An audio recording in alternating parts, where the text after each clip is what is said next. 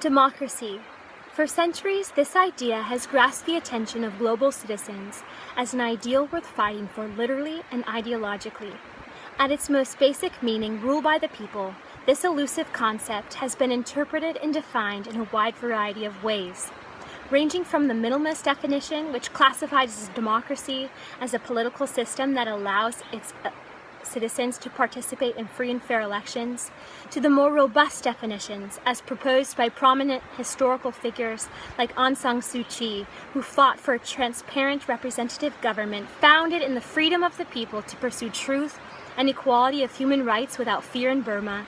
Democracy has historically held a position of highest esteem. But achieving these high ideals in practice is easier said than done. As critically posed according to the Economist article, What's Gone Wrong with Democracy? Democracy's global advance has come to a halt and may have even gone into reverse. This article explicates alarming evidence of the deteriorating state of democracy in the past half-century. In order to illustrate some serious criticisms of democracy, The Economist highlights failed democratization attempts such as the Arab Springs and the Orange Revolution in Ukraine, and starkly contrasts the West's dysfunction and political gridlock with the exponential economic growth of Communist China. Students of St. Olaf, in this speech I would like to propose that democracy continues to be the most viable form of government and needs to be sought after not for the opportunistic hope of prosperity it brings, but because it is an ideal grounded in the fundamental truths of freedom, liberty, and the value of each individual. The events demarcated in The Economist about the shortcomings of democracy, both internationally and in America, pose a compelling call to action for the continued support of democratization processes and the improvement of already established democracies. It is an ideal worth strengthening at all stages: emergence, deepening, and survival. Democracy demands the responsibility of leaders and citizens to consistently push for change reflective of the needs of the people. And these are simply not being acted out in practice today. Firstly, The Economist illustrates failed democratization attempts abroad to emphasize the tarnished viability of democracy. One such example is that of Egypt. As a prominent revolution in the Arab Spring, in 2011, more than 2 million Egyptians united in Tahrir Square in a massive protest to cast out Mubarak.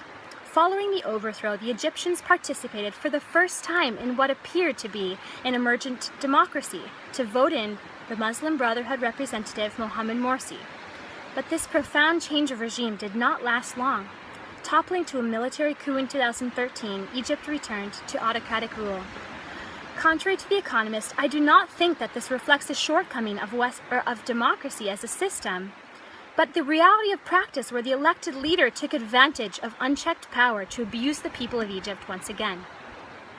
This is a failed implementation of the fundamental pillars of this promising cornerstone ideal.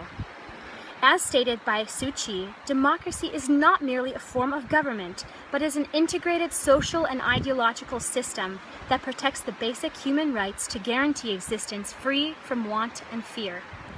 From an interview with an Egyptian revolutionary, Yasmin al-Rashidi, it is clear that despite the hope they had put in free and fair elections, the new regime did not possess this genuine respect for freedom, peace, and justice that Suu Kyi demanded.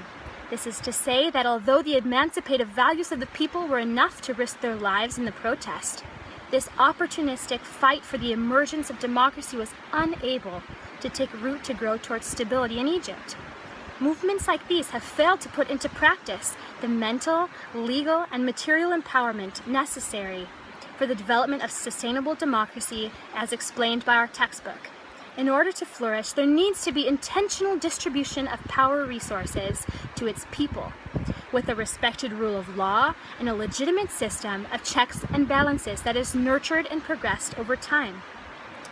As quoted by Alex de Tocqueville, nothing is more wonderful than the art of being free, but nothing is harder to learn how to use than freedom itself. Secondly, I want to touch on the criticism posed by The Economist on the state of Western democratic systems that have become riddled with the overindulgence in short-term appeasements of the people, financial insecurity due to unchecked budgets and lofty promises to voters, and partisan gridlock causing inefficient decision-making. This assumes that democracy is something that promises prosperity, something that brings about certain results in all contexts. To me, democracy should not be considered by what it produces, but as a system of values that serves as motivation and a foundation for said political system. As pointed out by The Economist, China has superseded American progress, doubling their living standards every decade for the past 30 years. But do these numbers undermine the value of democracy as a powerful political system? No. These statistics are reflective of a weakened democracy in the United States that has not been maintained or challenged. A muddled mess of politics that has lost its foundation on the critical values that led leaders such as Gandhi, Mandela, and Havel to fight in their own countries. Therefore, democracy is a political system that needs to be, as stated by the article, both assiduously nurtured when it is young and carefully maintained when it is mature. Without the proper development of legitimacy, accountability, and mass beliefs within a specific national context, democracy cannot take root sustainably. Therefore, I believe that democracy is more than just a political system. Democracy is both a state of mind and an activity. It requires the continual pursuit of democratic ideals of freedom grounded in the value of humanity. Thank you.